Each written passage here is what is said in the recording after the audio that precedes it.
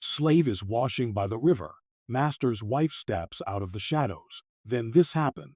The sun had not yet broken fully over the horizon, and the fog clung stubbornly to the edges of the river like a damp curtain. I remember that morning as though it were carved into my memory with the sharp edge of fear and anticipation. I had been sent to the river early, before the fields grew loud with the clamor of plows and shouts. The water was cold, biting my skin as I scrubbed at the stains of yesterday's labor from my hands and arms. The sky above was a wash of gray and pink, and every ripple of the water seemed to echo the heavy silence that hung over the plantation. I had always preferred the river in those quiet hours. It was one of the few places where the overseer's gaze could not follow me, where I could let my mind drift without the weight of eyes that judged, that demanded. My hands worked mechanically, washing clothes, mending tears, all the while my ears strained for sounds beyond the water, the distant clatter of hooves, the sharp whistle of a driver, the faint hum of the fields waking. That morning, I felt a strange tension in the air, a sense that something, or someone, watched me, though the river offered its usual illusion of solitude. I did not notice the shadow until it stepped onto the bank.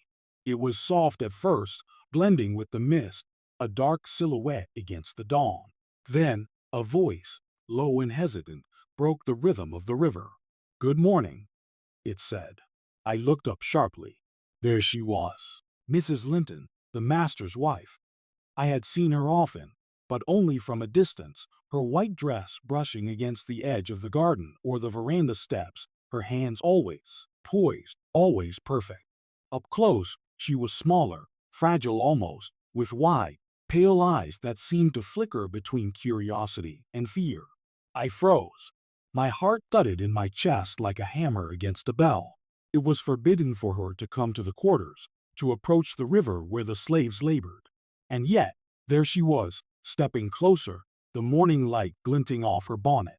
I wanted to speak, to warn her to return, but the words lodged in my throat.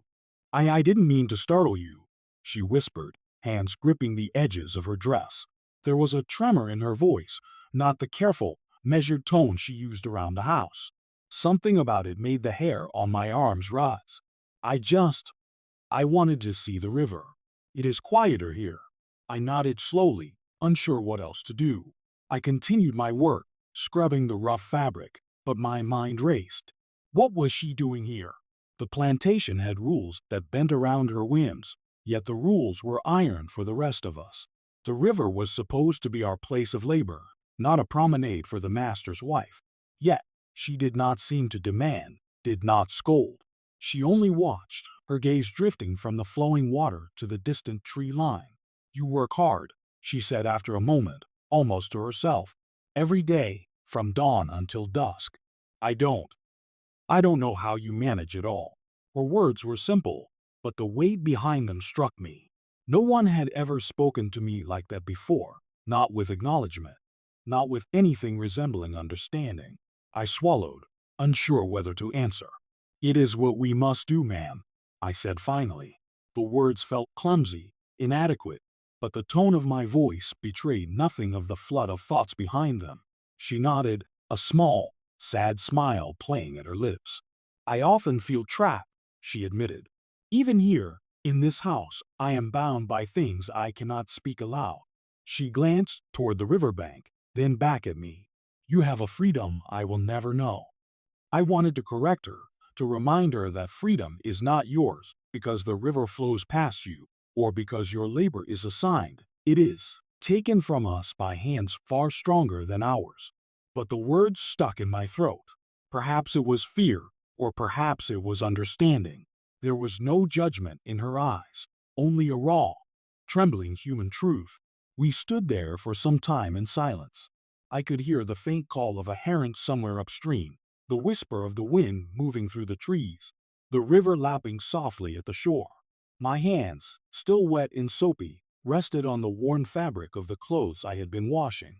I wanted to speak again, to ask her why she had come, to warn her of the danger in being here. But the words died. Then she stepped closer, not into the water, but far enough that the distance between us seemed charged, taut with unspoken things. I am sorry, she said softly. I know I should not be here. Her eyes met mine directly, and for the briefest moment, I saw fear. Fear not for herself, but fear for what this encounter could mean. I nodded again, carefully, slowly. It is all right, ma'am, I said. But even as I said it, I knew it was not. It was never all right. Each step she had taken from the shadow of the house, each word spoken in secrecy, carried a weight that could crush us both if discovered. For a moment, the river carried us, two lives briefly intersecting where rules and hierarchies could not reach. And then, as the first rays of the sun burned through the mist, a branch snapped somewhere behind us. A sound too deliberate to be natural, and I tensed. She glanced around, eyes wide, realizing that the plantation was waking, that the overseer's men could be anywhere. I should go, she whispered. Her voice was tight with urgency now. You must not speak of this to anyone. I understand, ma'am, I said, my chest tight. Every instinct told me to warn her, to insist she leave at once. But I did not. We both knew the cost of disobedience. She retreated into the shadows from which she had come, her figure dissolving into the morning mist.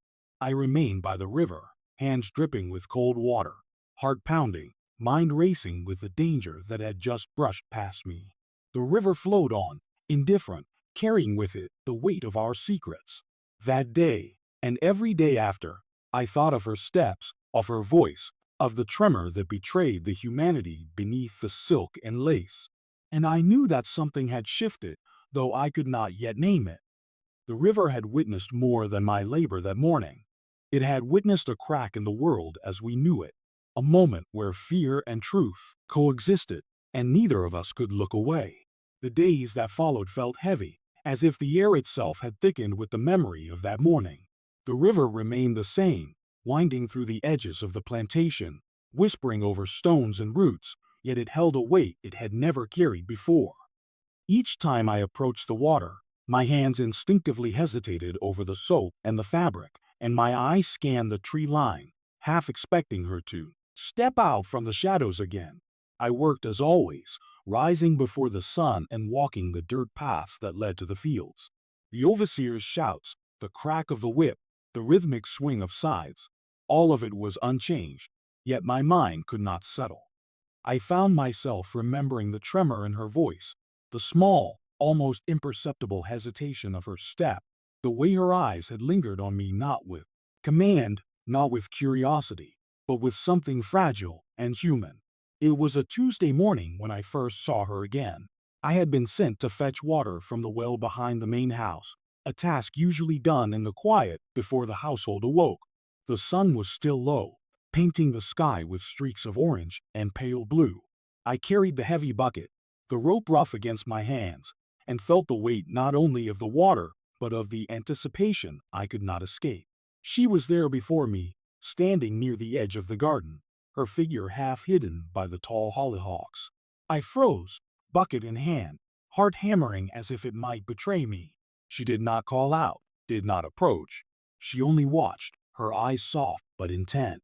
For a moment, it seemed as though the world had narrowed to the space between us, the smell of damp earth and flowers thick in the air. You need not stop, she said quietly. I will not call for anyone. Her voice carried the same tremor, the same unsteady honesty as before.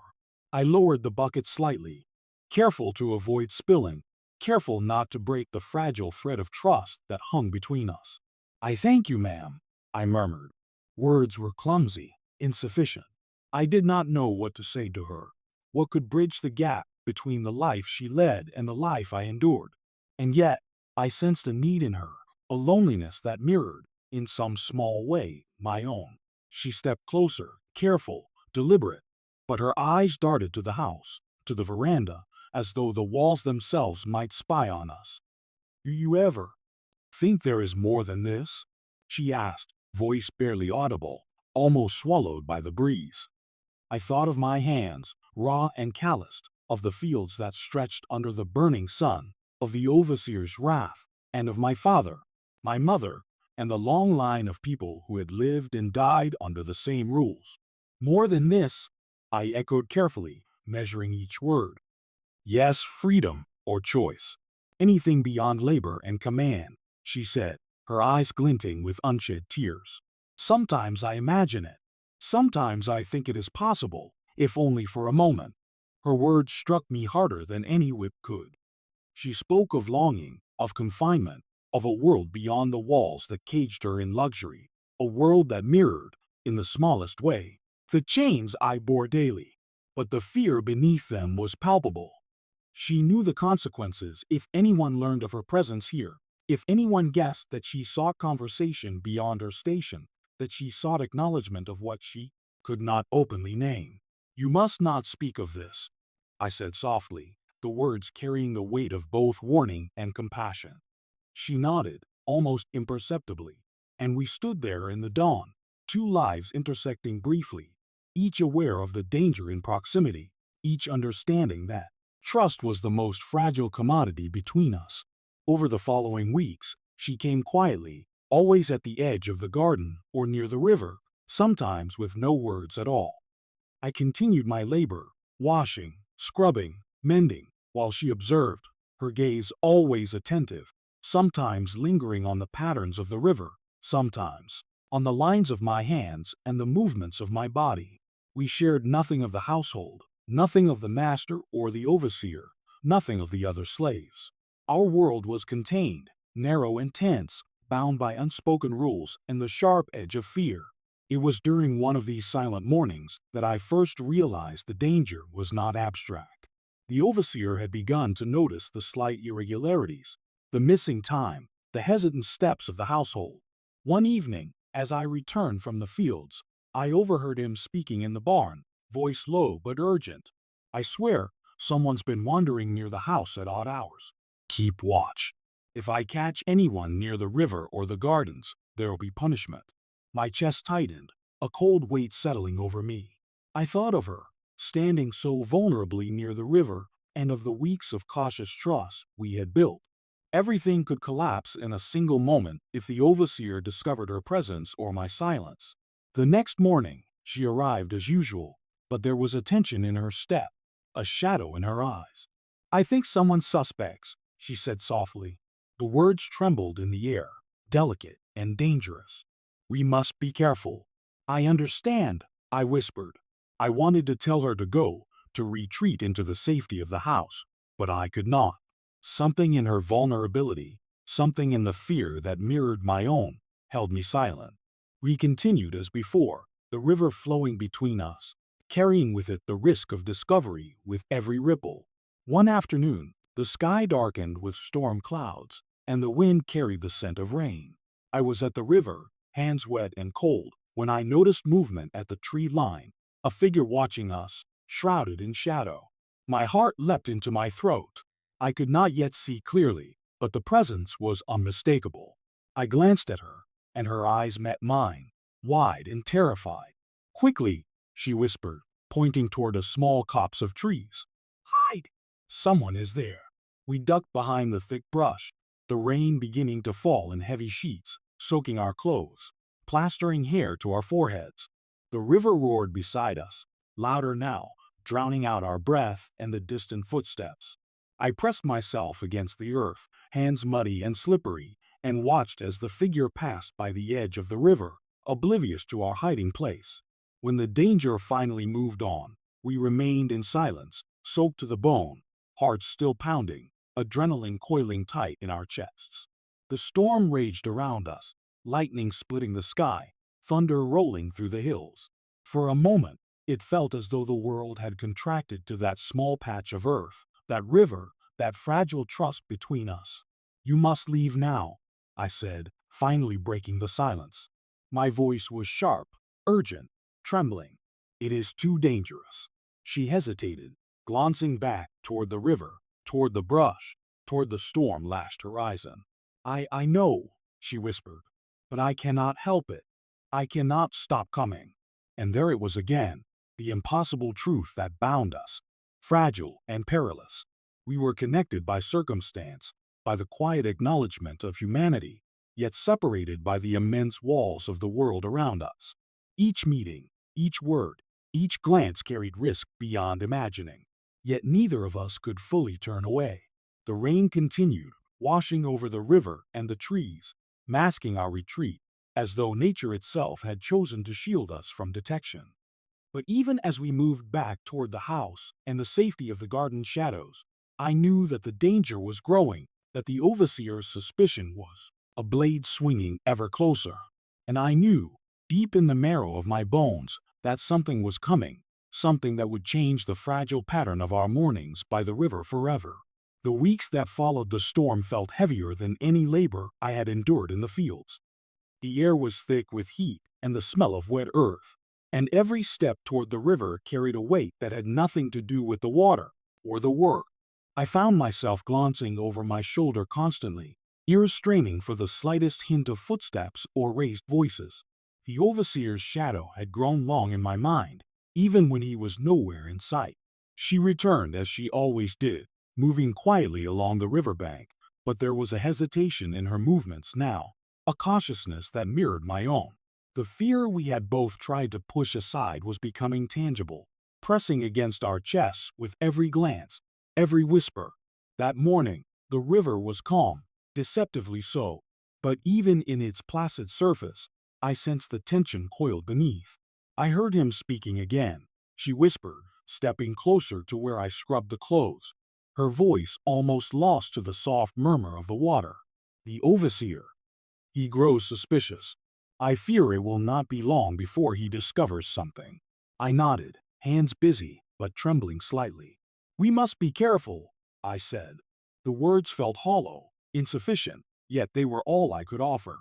I thought of the punishments I had seen, the chains, the lashes, the harsh eyes of men who wielded power like it was their birthright.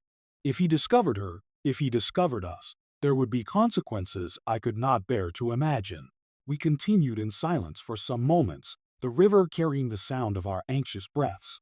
Then, a distant shout broke the tension, sharp and commanding, cutting across the morning like a blade.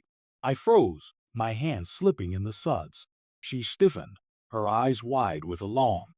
Hide, I whispered, nodding toward the trees, the same copse where we had taken shelter during the storm. Without a word, she moved, the hem of her dress brushing the wet grass, and I followed, crouching low, heart pounding so violently I feared it might betray our presence. The overseer appeared then, moving along the riverbank with the calculated attention of a predator. His eyes swept the water and the edges of the garden, searching, calculating. I pressed myself closer to the ground, wet leaves sticking to my arms, and tried to slow the frantic rhythm of my pulse. Over here, he muttered under his breath, stepping closer to the brush. My stomach tightened. Every instinct screamed at me to flee, yet we had nowhere to go. The river was behind us, the open field before us, and the trees offered only partial concealment. I glanced at her, and I saw the fear etched deeply into her features. A fear I knew I shared. Her hand brushed mine for the briefest moment, almost accidentally, and it was a grounding touch in the storm of panic that threatened to consume us. Neither of us spoke. Words would have been dangerous. Even a whisper could betray our hiding place. He passed within a few feet of where we crouched, eyes narrowing as he scanned the underbrush. My hands clenched the wet fabric of the clothes I had been washing, knuckles white with tension. I could feel her breath against my arm, shallow and quick. Then he moved on, the sound of his boots fading, and we remained pressed to the earth, hearts still hammering, ears straining for any hint that he might return. The moment stretched, long and fragile, and I realized just how close we had come to discovery. When it was finally clear that the immediate danger had passed, she exhaled audibly, shoulders trembling. I cannot keep doing this, she said, voice low, almost broken. It is too dangerous. If he sees me again, or worse, if he suspects, I could lose everything. You could lose everything. I swallowed hard, the weight of reality pressing on me. I know, I said. My voice sounded rough even to my own ears. But we cannot turn back what has already begun. We know each other now. We have seen what is in the other's heart. Her eyes glistened with unshed tears, and she shook her head, frustrated and fearful. It is not enough to know, not enough to understand the world around us. It will not forgive. It will not allow kindness or humanity here. Only control, only punishment. The storm clouds that had passed the week before seemed to gather in her expression, dark and oppressive. I wanted to tell her there was a way, that there was some escape, some possibility beyond these walls, but I knew there was none. Our lives were bounded by the rules of the plantation, by the whims of the master and the overseer, by centuries of fear and violence. As we returned to the river the next day, silence hung between us heavier than words could carry. She did not speak. I did not ask. We worked in tandem, side by side, the sound of the water masking our movements, the river carrying our shared tension like driftwood along its surface. But the overseer's presence was no longer abstract. It was immediate. He watched the edges of the river more closely, spoke in the fields more sharply, questioned the other slaves with a growing suspicion that we were somehow hiding something. Every step I took, every glance I cast, felt fraught with danger. One evening, as the sun dipped low and the shadows of the trees stretched long across the riverbank, I noticed him standing at the edge of the field, just beyond the trees. He was silent, motionless, but the intensity of his gaze betrayed his purpose. My heart froze. "She knows too much," he muttered to himself, unaware that I could hear. My stomach dropped. It was not the words alone. It was the certainty in his voice. He knew something, suspected something, and if he acted, there would be no second chance, no mercy, no warning. I looked at her then, standing close by the water, hands fidgeting nervously, eyes wide and searching. The river, once a place of solace, now seemed to mock us with its calm surface. We were exposed, fragile, bound together not by friendship, but by shared danger. "Leave," I whispered fiercely. "Now! Go back to the house. Hide. Whatever you do, disappear before he sees you." She hesitated, glancing toward the water, toward me, and finally nodded, the motion reluctant but urgent. She retreated quickly into the shadow of the trees, a small, trembling figure swallowed by the darkening evening. I remained by the river, heart racing, listening as the sound of his boots grew louder, closer, until I could see him step into the open, eyes scanning the water and the brush. I kept still, praying he would not notice the wet fabric, the traces of our presence, the faint imprint of footsteps in the mud. Every second stretched into an eternity, the river flowing calmly beside us, as though mocking the tension that bound my chest. When he finally moved on, satisfied, or so he thought, I remained crouched, shaking, water dripping from my arms, mind racing with what might come next. The breaking point had come. We had danced on the edge of discovery too long, and now the world had caught up with us. The fragile safety we had clung to was gone, replaced by the sharp, relentless reality of danger. And in that moment, as the sun disappeared behind the horizon, I knew that nothing would ever be the same. The river had witnessed the fear, the secrecy, the human truth that we could not speak aloud. But it had also witnessed the inevitability of confrontation, the moment when hidden things could no longer remain hidden, and the consequences of exposure would shape the lives of all who had dared to step too close to the edge. The morning after the overseer's shadow had passed so close, the plantation seemed heavier, as if the air itself had grown thick with anticipation. Every sound carried menace, the clatter of hooves, the slap of a bucket against the well, the rustle of leaves along the riverbank. I moved through my work with deliberate care, eyes darting toward the edges of the fields, ears straining for the faintest hint of suspicion. The overseer had not spoken to me directly, but I could feel the scrutiny in every glance he cast toward the laborers. I returned to the river that afternoon, the place that had been at once refuge and danger. She was not there yet, but I knew she would come. She always came, as if drawn by a need she could not articulate, a desire for connection in a world that denied her even the smallest measure of it. I scrubbed at the clothes, hands raw and numb from the cold water, mind focused on the rhythm of labor to stave off the rising panic. A movement in the brush caught my attention, sudden and sharp. She stepped out, eyes wide, face pale with worry. "They have been asking questions," she whispered. barely audible. The overseer. He suspects something. I could not stay away, but her voice faltered, fear lacing every syllable. I nodded, chest tight. We must be careful, I said, words insufficient for the weight of the reality we face. If he discovers you here, if he connects the dots, it will be dangerous for both of us. We worked in tense silence, each of us aware that we were threading a needle with no margin for error. But it was not silence alone that carried danger. It was the sense that the world around us had begun to shift, that the overseer's suspicion would soon translate into action. Every footstep in the distance, every rustle of leaves, felt like a herald of the consequences to come. That evening, as the sun dipped low, a horn sounded from the main house, sharp and deliberate. My heart seized. It was a summons, though not meant for me. I looked at her, and she paled, realizing what it meant. The master had been called to the fields, and the overseer now had free rein, eyes sharp, attention unshared. Leave now, I urged, voice tight. Go back to the house. Hi. Do not wait. She hesitated, glancing toward the river, toward me, as though torn between fear and an unspoken need for the connection we had forged. And then she ran, slipping through the trees, dress brushing against wet leaves, small and fragile against the looming danger. The overseer emerged moments later, moving along the riverbank with a calculated purpose. His eyes swept the water and the edges of the brush, scanning for any trace of intrusion. I pressed myself close to the riverbank, muscles coiled with tension, heart hammering in my chest.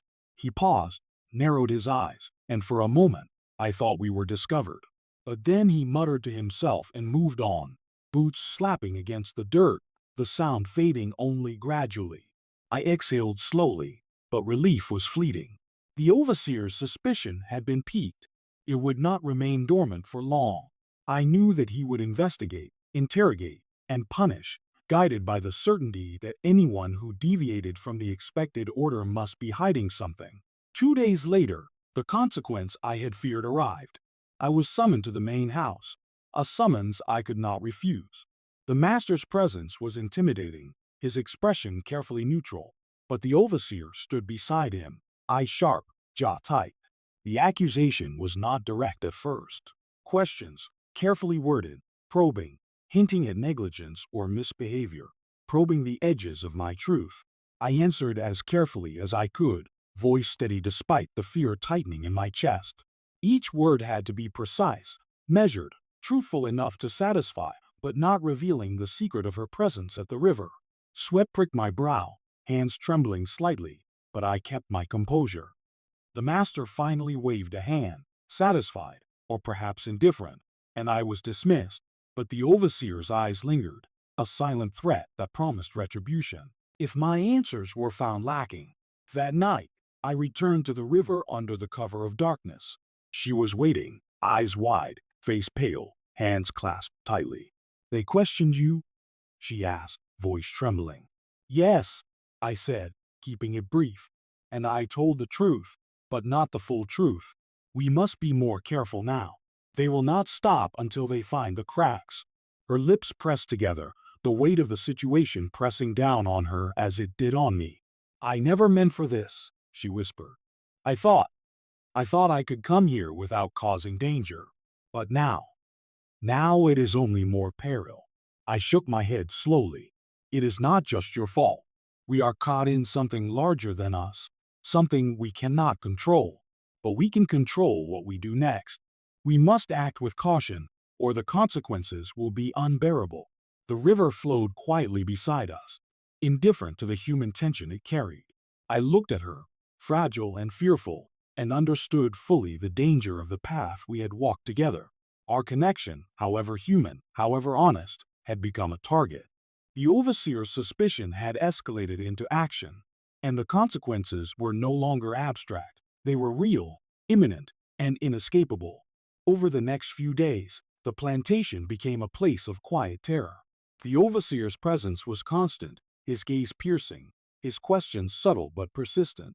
I watched the other slaves, saw the fear in their eyes, and understood that the consequences of discovery extended beyond us. A single misstep could reverberate through the quarters, through the fields, through the lives of everyone bound to this place. One evening, as the sun bled red across the horizon, I found her again at the river, drenched from a sudden storm, hands trembling, eyes wide. "We cannot continue like this," she said, voice barely audible over the rain. "It is too dangerous. I cannot bear it if anything happens to you." I looked at her, understanding the gravity in her voice. The breaking point had passed. Danger was no longer distant, it was immediate, pressing, unrelenting. We had shared a secret, a fragile human truth, and it had brought peril to the surface. The consequences had arrived, and now we had to face them. I nodded slowly, heart heavy. "Then we must decide what to do," I said. "Together. Carefully. Or we will both be destroyed by the world outside this river." And in the quiet that followed, as the storm raged around us, I realized that our lives had changed irrevocably. The fragile safety of the river, the stolen moments of understanding, were gone. We were exposed, and every step forward carried the weight of consequences that could not be ignored. The river had witnessed the truth, and the world was now closing in, relentless and merciless, ready to punish any who dared to defy it. The morning air was thick with tension, humid and heavy, pressing down on the fields like a warning. Even before the sun rose fully, I knew something had shifted. The overseer's shadow loomed closer than ever, his eyes sweeping every inch of the plantation, every laborer, every path leading to the river. There was no room for error now. The fragile line we had walked for weeks was on the verge of snapping. I approached the river carefully, keeping to the brush and low paths, aware of every rustle, every whisper of the wind. The river, once a sanctuary, seemed almost complicit in the danger, its calm surface mocking the storm that churned inside me. She was there, as always, but her posture had changed. No longer the hesitant, trembling figure I had known, she stood rigid, eyes alert, scanning the tree line as if expecting the world itself to collapse at any moment. "They are searching closer now," she whispered as I drew near, voice barely audible over the river's murmur. "I saw the overseer passing through the fields just before sunrise. He is closer than ever. I do not know how long we can continue like this." I swallowed, my throat dry. "We will have to be careful," I said, keeping my voice low, steady. Every movement, every glance, every breath, calculated. One misstep, and the words trailed off. There was no need to finish. The weight of unspoken consequences pressed between us. The sound came suddenly, a branch snapping behind the trees, the unmistakable rhythm of boots on dirt. The overseer. My heart thudded violently, muscles coiled, every instinct screaming to flee, to hide. But where? The river offered no true refuge now. "He is here," I whispered, pressing myself against the earth, hands muddy and shaking. "Stay down." She crouched beside me, eyes wide, fingers gripping the hem of her dress. We were two figures pressed against the earth, connected by fear, by secrecy, by the impossible trust we had built in stolen moments. And yet, the danger was immediate, tangible, a living thing prowling the edges of the river. He stepped into the clearing, eyes sharp, scanning, calculating. I held my breath, heart hammering in my chest. Every second stretched impossibly, the river flowing between us, indifferent to our peril. Then, a sound, a sudden splash as my foot slipped on the wet stones, broke the fragile cover of our hiding. The overseer's eyes snapped toward the river, narrowing. "Who's there?" His voice was sharp, commanding, slicing through the air like a whip. I pressed myself lower, but there was nowhere to hide, nowhere the water had not touched, nowhere he could not see. I am here," I said, stepping forward slowly, hands raised slightly, palms open. The truth was all I had now. The moment had come. There was no more concealment, no more hesitation. His eyes locked on me, suspicion flashing like fire. "And what are you doing here at this hour? Why are you hiding?" I swallowed hard. I work here," I said, voice trembling but steady. "I was washing clothes by the river. That is all. I did not mean harm." He stepped closer, boots pressing into the muddy bank. "Do not lie to me," he snapped. "I know someone has been coming here, someone walking near the water in secret. Who is it?"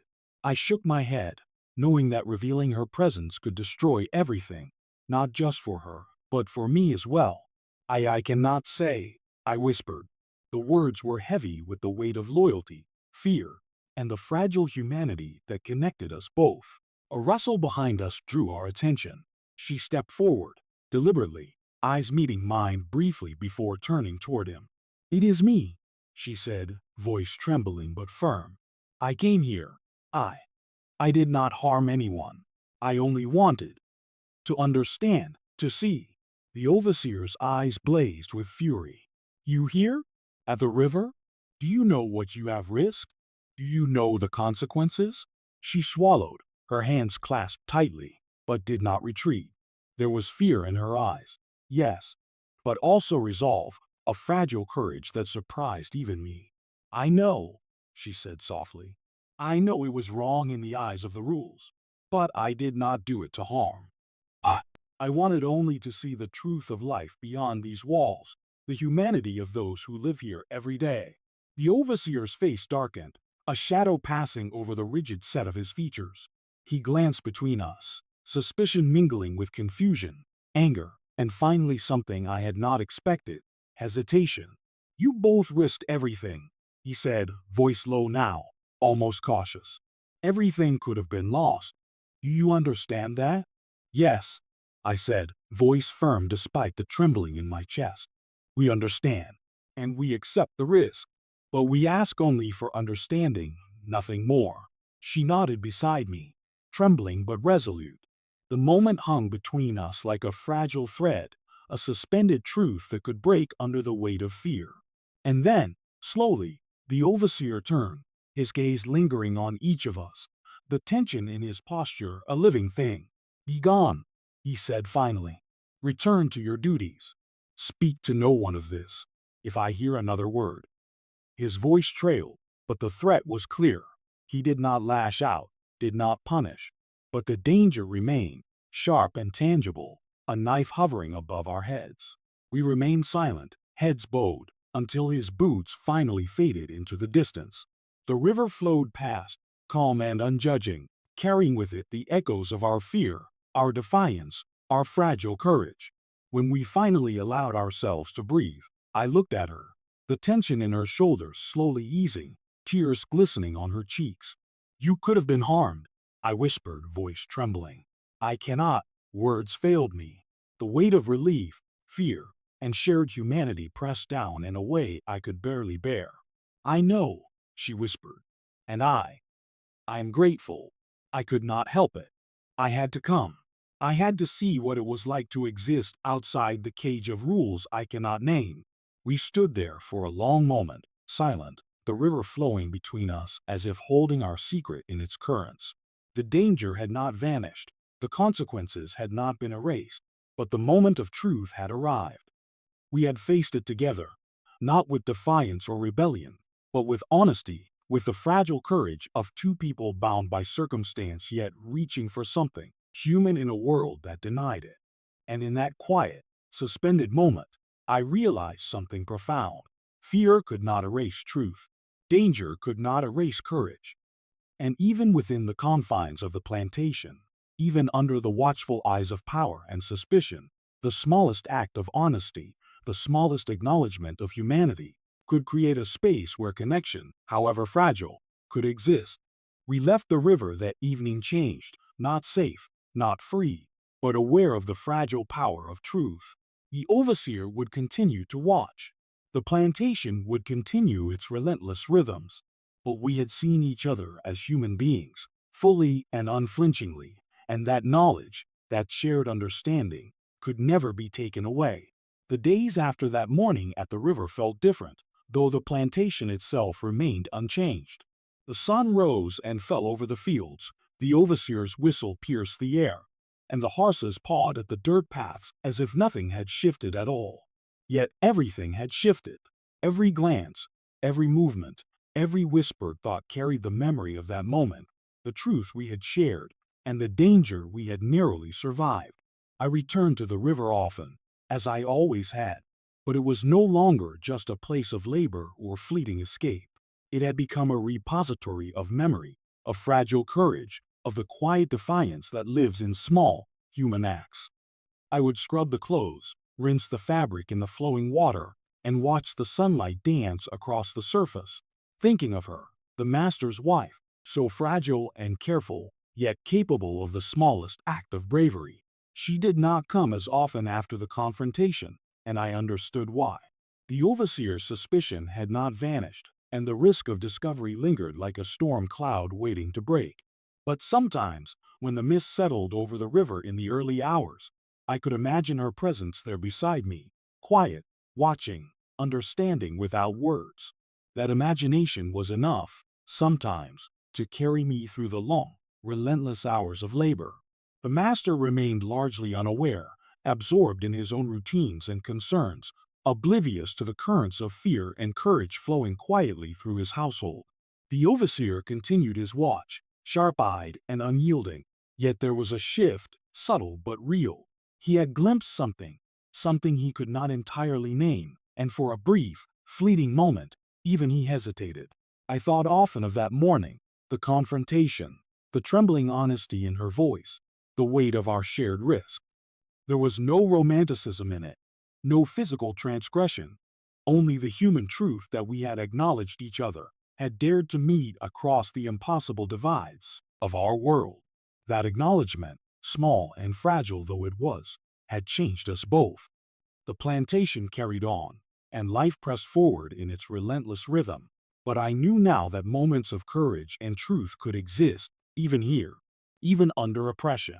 Fear had not disappeared. Danger was still real, still pressing at the edges of our lives. Yet there was a quiet resilience in us, a memory of the day when honesty had faced peril and survived. In the evenings, when the fields grew silent and the sky deepened to violet and indigo, I would sit by the river and reflect.